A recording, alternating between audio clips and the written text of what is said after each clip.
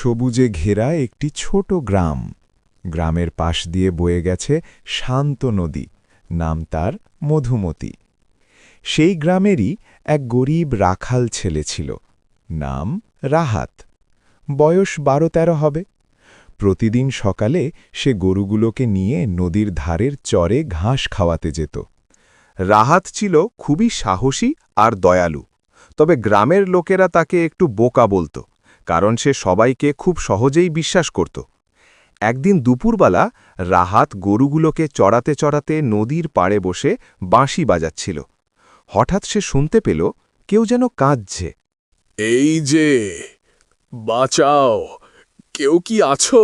রাহাত চমকে উঠে চারদিকে তাকাল। নদীর পাড়ের কাদা মাটির মাঝে একটা বড় কুমির আটকে আছে, শরীরের অর্ধেক কাদায় ডুবে গেছে। রাহাত ভয়ে একটু পিছিয়ে গেল। তুমি তো কুমির, তুমি আমাকে খেয়ে ফেলবে না তো? না ছোট্ট বন্ধু, আমি আহত। শিকার করতে গিয়ে কাদায় আটকে গেছি। যদি আমাকে একটু ঠেলে পানিতে নামিয়ে দাও, আমি তোমার উপকার করব। রাহাত দ্বিধায় পড়ে গেল। তার বাবা সব সময় বলতেন, কুমিরের চোখের জল বিশ্বাস করবি না। কিন্তু কুমিরটির চোখে যেন সত্যিই কষ্ট। তুমি কথা দাও, আমাকে ক্ষতি করবে না। আমি নদীর সন্তান, প্রতিজ্ঞা করছি তোমার কোনো ক্ষতি করব না। রাহাত সাহস করে একটি লম্বা বাঁশ নিয়ে এলো। অনেক কষ্টে কুমিরটিকে ঠেলে ঠেলে পানির দিকে নামিয়ে দিল। অবশেষে কুমিরটি জলে গিয়ে পড়ল। ধন্যবাদ বন্ধু। তোমার নাম কি? আমার নাম রাহাত। আজ থেকে তুমি আমার বন্ধু।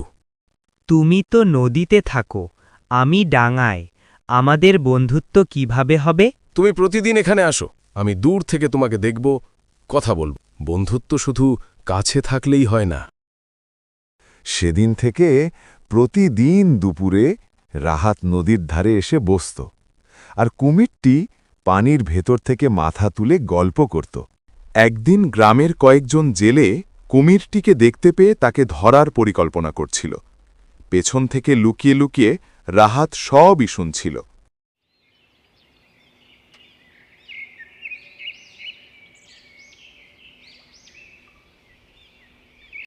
না, ওকে ধরো না, ও আমার বন্ধু। পাগল ছেলে, কুমির আবার কারো বন্ধু হয় নাকি? হয়, ও আমাকে কখনো ক্ষতি করেনি। বাঁচাও রাহাত। রাহাত দ্রুত একটা ধারালো কাস্তে নিয়ে জালের দড়ি কাটতে শুরু করল। জেলেরা চিৎকার করল, এই ছেলে, কি করছিস? অনেক চেষ্টার পর জাল কেটে গেল। কুমির দ্রুত গভীর জলে চলে গেল। জেলেরা রাগে গজগজ করতে করতে চলে গেল। একজন বলল, একদিন এই কুমিরই তোকে খাবে।